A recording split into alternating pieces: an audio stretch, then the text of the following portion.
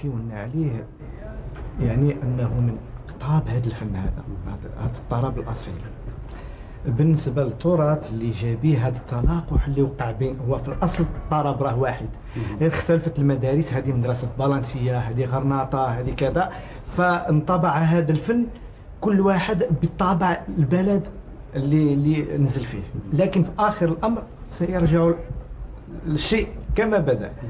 لما كيف حكاو لنا، كيف قلتوا انتم استاذ، هذا الملحون ما يسمى عندنا تحنا بالملحون او كلام الموهوب.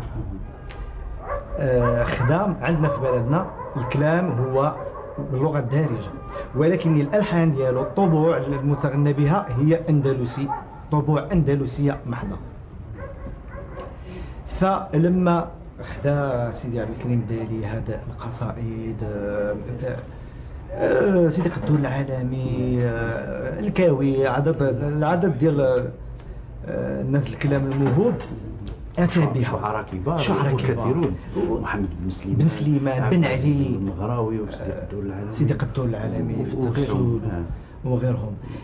جابيه جا الجزائر، اكتسى واحد الصبغه خاصه عاوتاني يعني بالاندلسي اللي كاين في الجزائر، النوب ديالو بالصيغه ديالها اللي كاين هنا، اعطاه واحد الحلاوه اخرى، واحد الشكل اخر، حتى انه اصبح مشهور ورجع الينا ايضا.